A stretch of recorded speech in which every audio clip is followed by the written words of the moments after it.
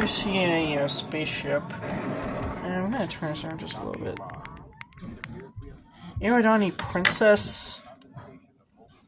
Like I said, this movie came out. This movie was just 19. Now, this movie came out in 1983. It was actually meant to It was kind of running off the kind of Star Wars craze.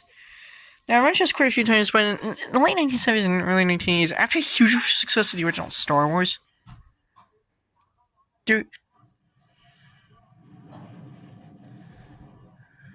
was like a number of movies and TV shows that were like right on a Star Wars craze.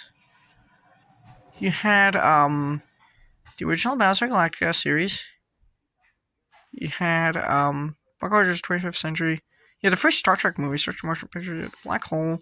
Yeah, the original Alien. That was kind of running off Star Wars craze because of the sci-fi thing. You know, it's a sci-fi horror movie. Then you had you also had Flash Gordon. Then you had Battle Beyond the Stars. You had and you had a few other kinds of movies. Now,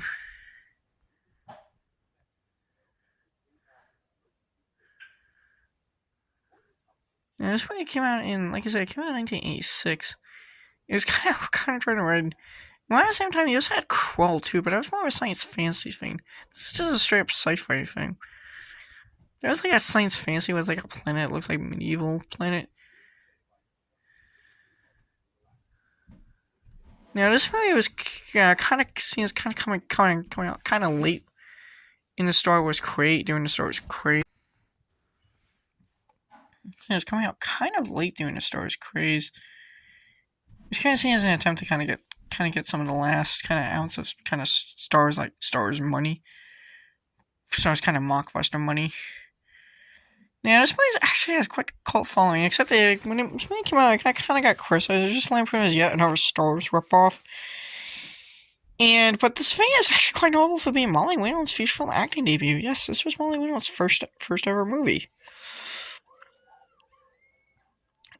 Okay, now, Molly Wheelan's big career breakout was, of course, in The Breakfast Club, but this was actually her first movie, actually. Now, Molly Wheelan, after her career really exploded with roles in The Breakfast Club and a bunch of many other movies, and a few TV roles, too.